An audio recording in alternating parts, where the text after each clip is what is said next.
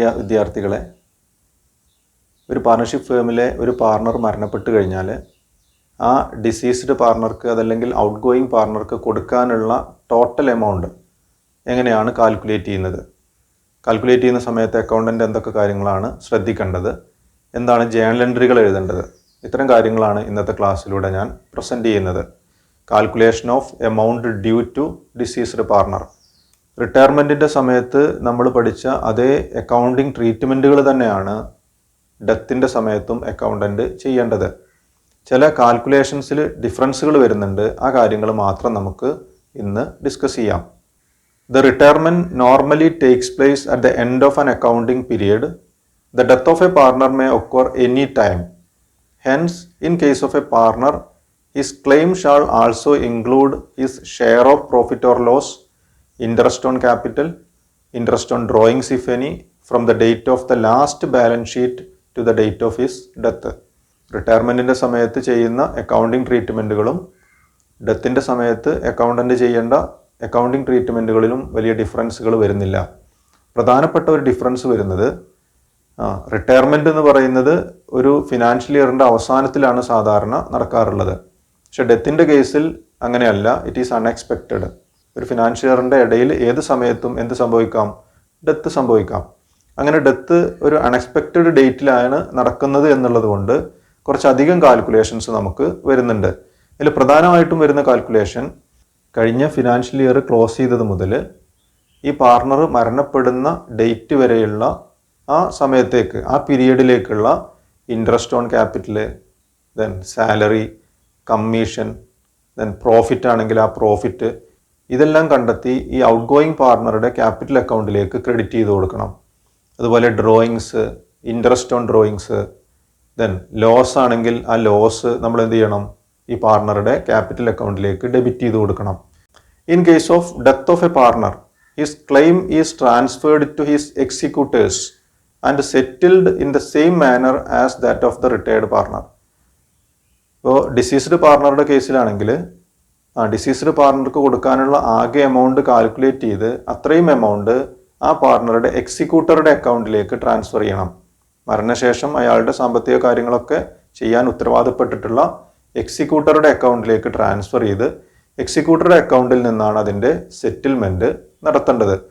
ഇപ്പോൾ ഡെത്തിൻ്റെ സമയത്ത് നമ്മൾ റീവാലുവേഷൻ അക്കൗണ്ട് ചെയ്യണം. Then undistributed profit or loss ഉണ്ടെങ്കിൽ അത് ഷെയർ ചെയ്യണം. ഗുഡ് വില്ല് ഷെയർ ചെയ്യണം. ഞാൻ നേരത്തെ പറഞ്ഞ interest on capital, interest on drawings, salary, commission, ഇത്രയും കാര്യങ്ങളൊക്കെ ചെയ്യേണ്ടതുണ്ട്. അതെല്ലാം നമ്മൾ നേരത്തെ പല ക്ലാസ്സുകളിലായിട്ട് ചർച്ച ചെയ്തതാണ്. ദെൻ പുതിയതായിട്ട് നമ്മൾ പഠിക്കേണ്ട ഒരു പ്രധാനപ്പെട്ട കാര്യം, calculation of deceased partner's share of profit up to the date of death. കഴിഞ്ഞ ഫിനാൻഷ്യൽ ഇയർ ക്ലോസ് ചെയ്തത് മുതൽ ദെൻ പാർട്ണറുടെ ഡേറ്റ് ഓഫ് ഡെത്ത് വരെയുള്ള ആ പീരിയഡിലേക്കുള്ള പ്രോഫിറ്റ് കാൽക്കുലേറ്റ് ചെയ്യണം. ആ പ്രോഫിറ്റിൽ നിന്ന് ഈ ഔട്ട് ഗോയിങ് പാർട്ണർക്ക് അയാളുടെ ഷെയർ കിട്ടാനുള്ള റൈറ്റ് ഉണ്ട്. അപ്പോൾ അത് കണ്ടെത്തുക എന്നുള്ളതാണ് ഈ ഡെത്തിൻ്റെ സമയത്ത് അക്കൗണ്ടൻ്റ് ചെയ്യേണ്ട ഒരു പ്രധാനപ്പെട്ട അക്കൗണ്ടിങ് ട്രീറ്റ്മെൻറ്റ്. കഴിഞ്ഞ ഫിനാൻഷ്യൽ ഇയർ ക്ലോസ് ചെയ്തത് മുതൽ ഡേറ്റ് ഓഫ് ഡെത്ത് വരെയുള്ള ആ സമയത്തേക്കുള്ള പ്രോഫിറ്റ് കാൽക്കുലേറ്റ് ചെയ്യുന്നത്, അതിനുവേണ്ടി 3 മാർഗങ്ങളാണ് സ്വീകരിക്കാറുള്ളത്. ഒന്ന്, on the basis of last years profit. Actual profit കണ്ടെത്തുക എന്നുള്ളത് പ്രയാസമാണ്. അതുകൊണ്ട് എന്ത് ചെയ്യുന്നു? ലാസ്റ്റ് ഇയറിലെ കഴിഞ്ഞ വർഷത്തെ പ്രോഫിറ്റിനെ ബേസ് ചെയ്ത് ഈ കുറഞ്ഞ പീരീഡിലേക്കുള്ള പ്രൊപ്പോർഷനേറ്റ് പ്രോഫിറ്റ് കണ്ട് ആ പ്രോഫിറ്റിൽ നിന്നൊരു ഷെയർ ആർക്ക് കൊടുക്കുന്നു? ഈ ഔട്ട് ഗോയിങ് പാർട്ണർക്ക് കൊടുക്കുന്നു. Or on the basis of average profit of past few years. കഴിഞ്ഞ ഒരു വർഷത്തെ പ്രോഫിറ്റ് എടുക്കുന്നതിന് പകരം കഴിഞ്ഞ ഒന്നിലധികം വർഷങ്ങളിലെ പ്രോഫിറ്റ് എടുത്ത് അതിൻ്റെ ആവറേജ് കണ്ട് ദെൻ അതിനെ നമ്മൾ ഈ പീരീഡിലേക്ക് റെഡ്യൂസ് ചെയ്യണം. എത്ര മാസമാണോ ഈ ഫിനാൻഷ്യൽ ഇയറിൽ ഈ പാർട്ണർ നമ്മുടെ ബിസിനസ്സിൽ ഉണ്ടായിട്ടുള്ളത് അത്രയും സമയത്തേക്കുള്ള പ്രോഫിറ്റ് കണ്ട് അതിൽ നിന്നൊരു ഷെയർ ആർക്ക് കൊടുക്കണം? ഈ ഡിസീസ്ഡ് പാർട്ണർക്ക് കൊടുക്കണം. Then on the basis of sales. കഴിഞ്ഞ ഫിനാൻഷ്യൽ ഇയർ അവസാനിച്ചത് മുതൽ ഈ പാർട്ണർ മരണപ്പെടുന്നത് വരെയുള്ള ആ പീരിയഡിലേക്കുള്ള സെയിൽസ് കണ്ടെത്തി അതിൻ്റെ പ്രോഫിറ്റ് കണ്ടെത്തുന്നതാണ് 3ാമത്തെ മാർഗം. ഇതിൽ ഓരോന്നും നമുക്ക് പ്രത്യേകം ചർച്ച ചെയ്യാം. First one, based on last years profit. ഒരു എക്സാമ്പിൾ നോക്കാം. A, B and C are partners in a firm sharing profits in the ratio of 5:4:1. The profit of the firm for the year ending on March 31, 2017 was ₹1 lakh.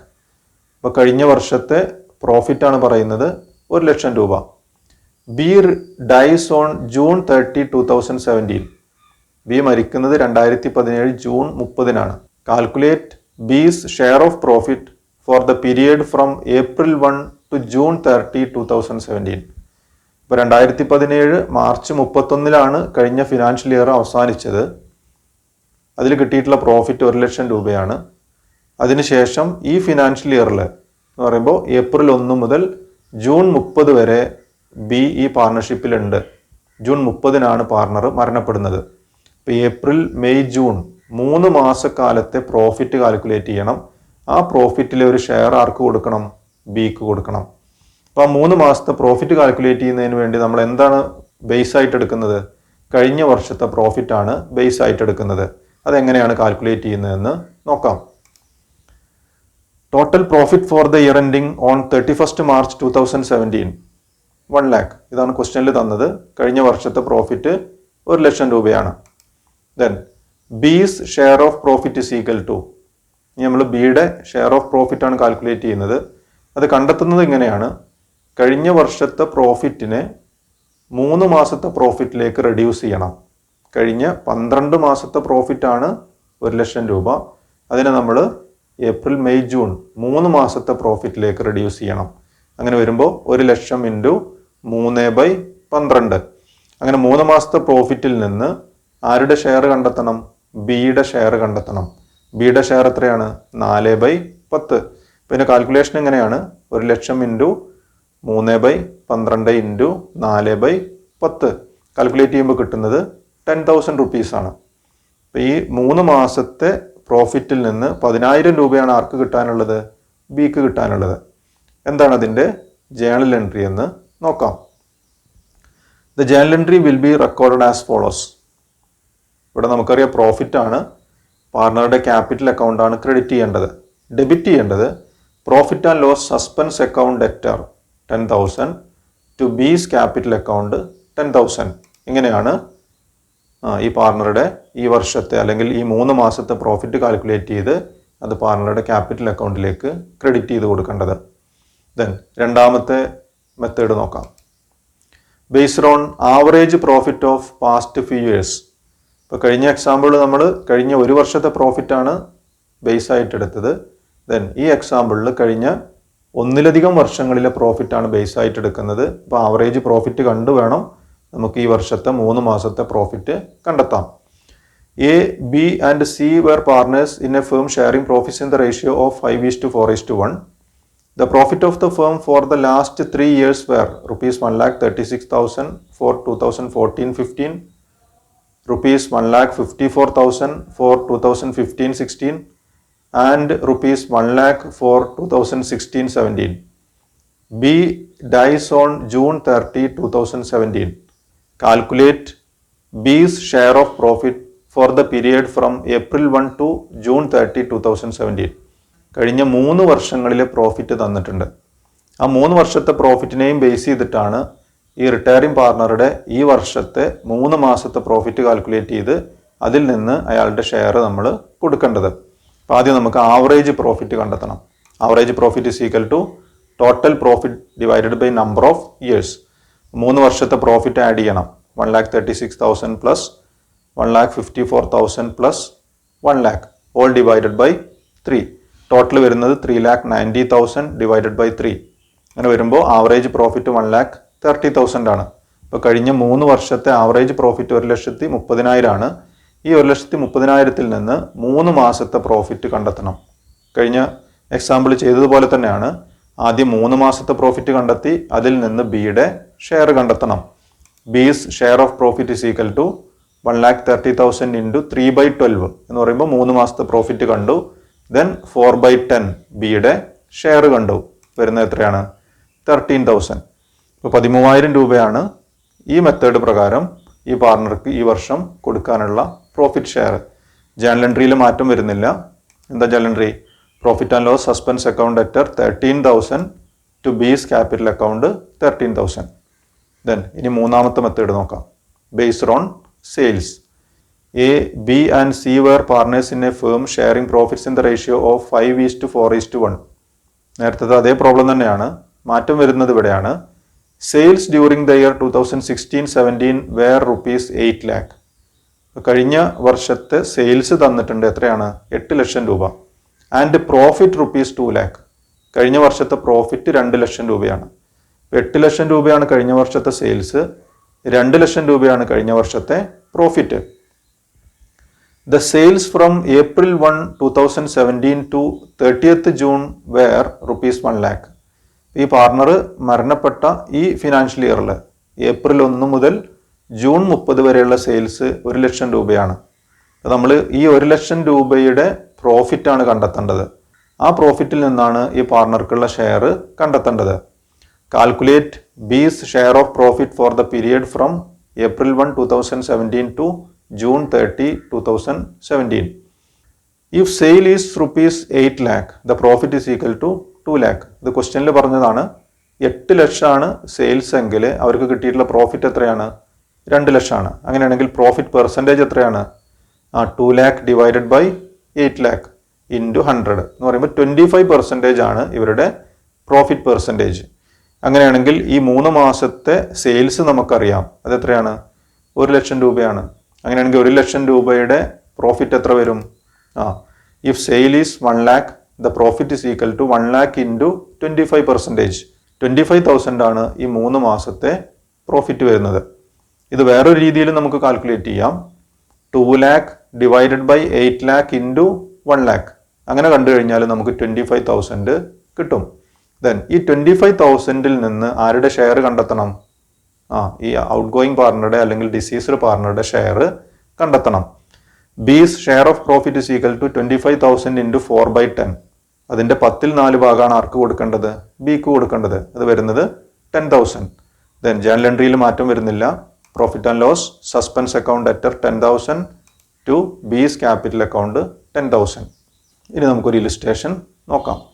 Anil, Banu and Chandu were partners in a firm sharing profits in the ratio of 5:3:2. On March 31, 2017 there balance sheet was as under. അപ്പോൾ Anil, Banu, Chandu 3 partners ഉണ്ട്. 2017 March 31 balance ഷീറ്റാണ് തന്നിട്ടുള്ളത്. അപ്പോൾ അതിൽ creditors വരുന്നുണ്ട്, reserve, capital അക്കൗണ്ടുകൾ, asset സൈഡിൽ building, machinery, stock, patent, debtors and cash. എന്തൊക്കെയാണ് താഴെ പറയുന്നതെന്ന് നോക്കാം. Anil died on October 1, 2017. It was agreed between his executors and the remaining partners that.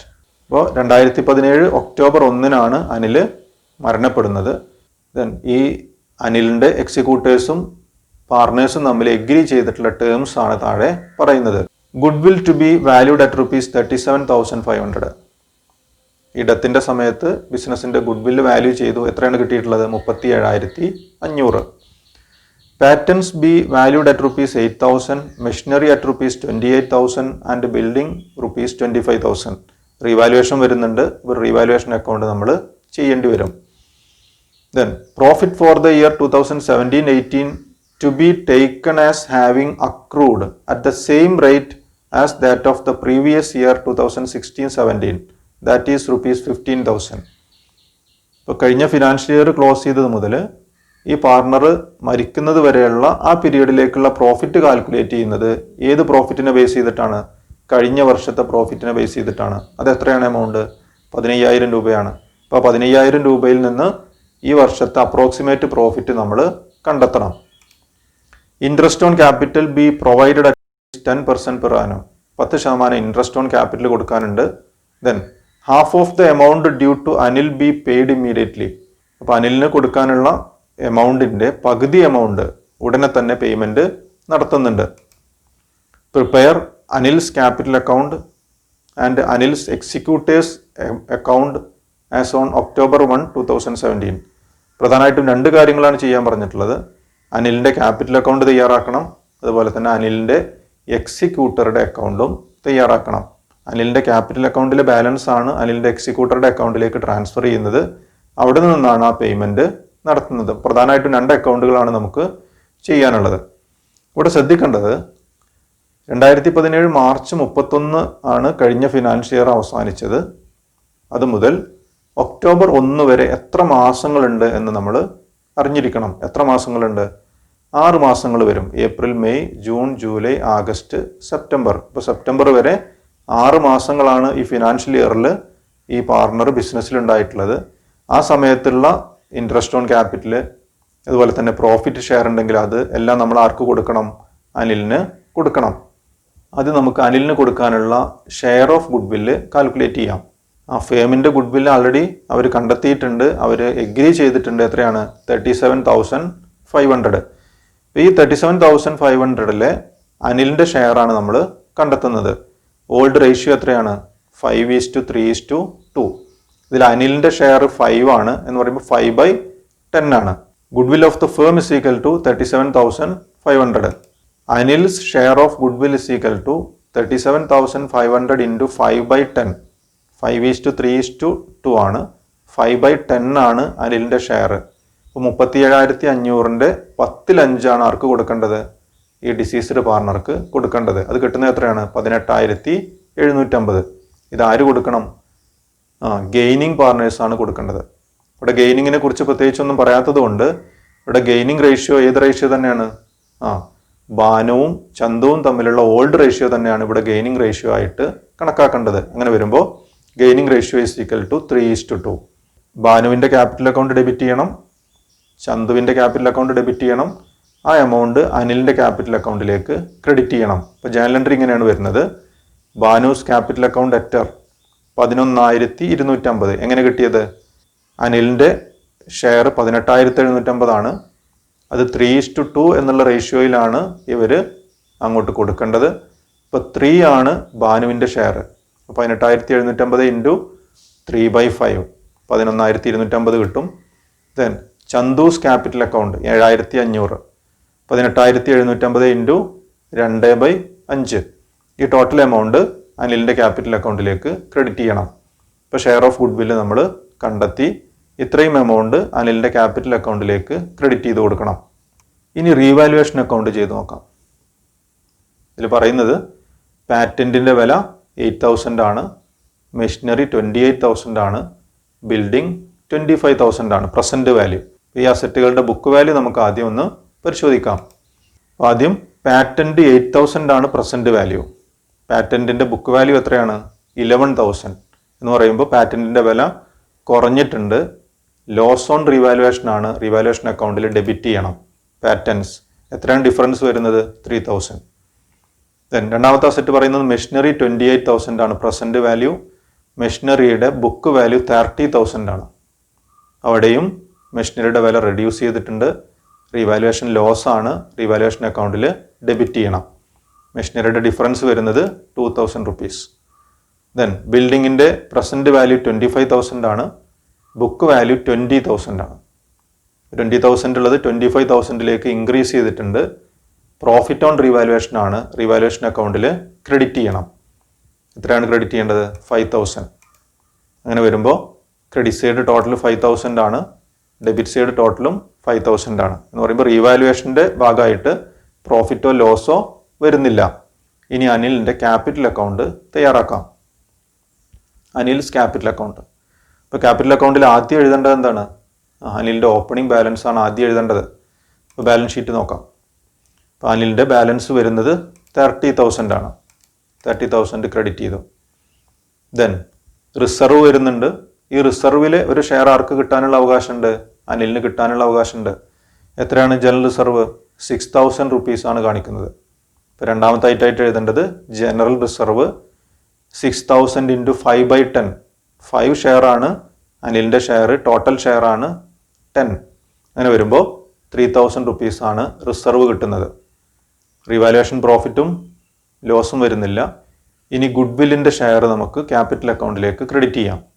നേരത്തെ എഴുതിയ ജേണൽ എൻട്രി ആണ് താഴെ ഡിസ്പ്ലേ ചെയ്തിട്ടുള്ളത്.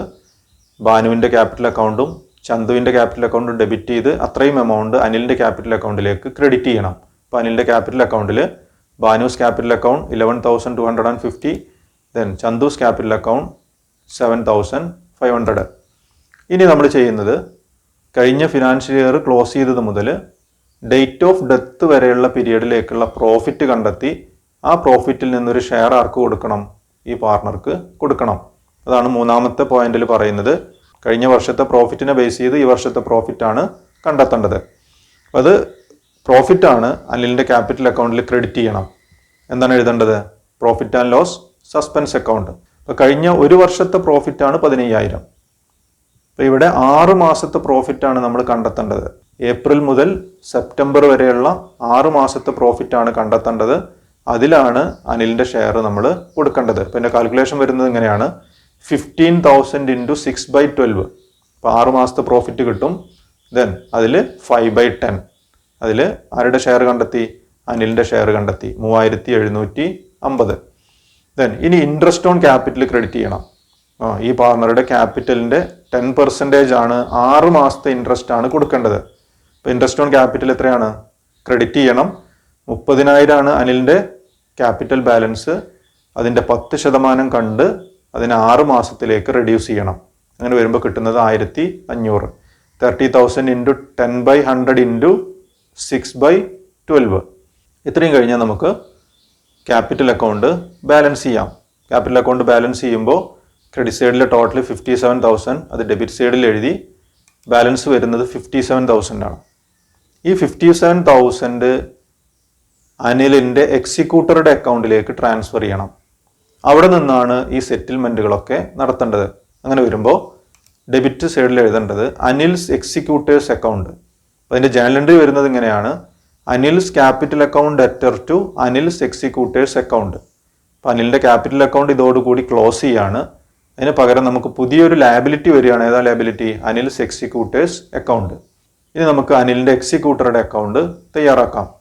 അപ്പോൾ അനിലിൻ്റെ എക്സിക്യൂട്ടറുടെ അക്കൗണ്ടിൽ ആദ്യം കൊണ്ടുവരേണ്ടത് നേരത്തെ ട്രാൻസ്ഫർ ചെയ്തിട്ടുള്ള എമൗണ്ട് ആണ്. ജേണൽ എൻട്രി എന്തായിരുന്നു? Anil's capital account debtor to Anil's executors account. എക്സിക്യൂട്ടറുടെ അക്കൗണ്ടിൻ്റെ ക്രെഡിറ്റ് സൈഡിലേക്കാണ് കൊണ്ടുവരേണ്ടത്. Anil's capital account 57,000. ദെൻ ഇതിലൊരു അഡ്ജസ്റ്റ്മെൻറ്റിൽ പറയുന്നുണ്ട്, ആകെ കൊടുക്കാനുള്ള എമൗണ്ടിൻ്റെ പകുതി എമൗണ്ട് ഉടനെ കൊടുക്കുന്നുണ്ട്. എമൗണ്ട് കൊടുക്കുന്ന സമയത്ത് journal entry Anil's executors account debtor to bank debit ചെയ്യണം. 57,000ൻ്റെ പകുതി 28,500.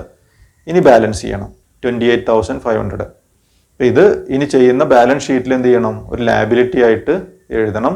അതിനുശേഷം വരും വർഷങ്ങളിൽ അത് കൊടുത്തു തീർക്കണം. അപ്പോൾ ഇന്ന് നമ്മൾ പ്രധാനമായിട്ടും പഠിച്ചത് എന്താണ്? ഡിസീസ്ഡ് പാർട്ണർക്ക് കൊടുക്കാനുള്ള എമൗണ്ട് എങ്ങനെയാണ് കാൽക്കുലേറ്റ് ചെയ്യുന്നത്. അപ്പോൾ ആദ്യം ഓപ്പണിംഗ് ബാലൻസ് ക്രെഡിറ്റ് ചെയ്തു. ദെൻ അൺഡിസ്ട്രിബ്യൂട്ടഡ് പ്രോഫിറ്റോ റിസർവോ ഉണ്ടെങ്കിൽ അത് ക്രെഡിറ്റ് ചെയ്തിട്ടുണ്ട്. Then share of goodwill credit ചെയ്തു. Then profit up to the date of death അത് കണ്ടെത്തി, അത് ക്രെഡിറ്റ് ചെയ്തിട്ടുണ്ട്. ദെൻ ഇൻട്രസ്റ്റ് ഓൺ ക്യാപിറ്റൽ, ഇനി സാലറി ഉണ്ടെങ്കിൽ അത് ക്രെഡിറ്റ് ചെയ്യണം, കമ്മീഷൻ ഉണ്ടെങ്കിൽ അത് ക്രെഡിറ്റ് ചെയ്യണം. അതുപോലെ തന്നെ ഡെബിറ്റ് സൈഡിൽ വരാവുന്ന പ്രധാനപ്പെട്ട ഐറ്റം എന്ന് പറയുന്നത് ഒന്ന് ഡ്രോയിങ്സ്, മറ്റൊന്ന് interest on drawings. Then undistributed loss ഉണ്ടെങ്കിൽ അതും ഡെബിറ്റ് ചെയ്യണം. ഇത്രയും കാര്യങ്ങളാണ് ഒരു ഡിസീസ്ഡ് പാർട്ണറുടെ ക്യാപിറ്റൽ അക്കൗണ്ടിൽ മാക്സിമം വരുന്ന ഐറ്റംസ്. അത് ബാലൻസ് ചെയ്ത് കിട്ടുന്ന എമൗണ്ട് ആ പാർട്ണറുടെ എക്സിക്യൂട്ടറുടെ അക്കൗണ്ടിലേക്കാണ് ട്രാൻസ്ഫർ ചെയ്യേണ്ടത്. അപ്പോൾ ഇന്ന് ഡിസ്കസ് ചെയ്ത കാര്യങ്ങളിൽ എന്തെങ്കിലും ഡൗട്ടുകൾ ഉണ്ടെങ്കിൽ നിങ്ങൾ കമൻറ്റ് ചെയ്യാം. കൂടുതൽ കാര്യങ്ങൾ നമുക്ക് അടുത്ത ക്ലാസ്സിൽ ചർച്ച ചെയ്യാം.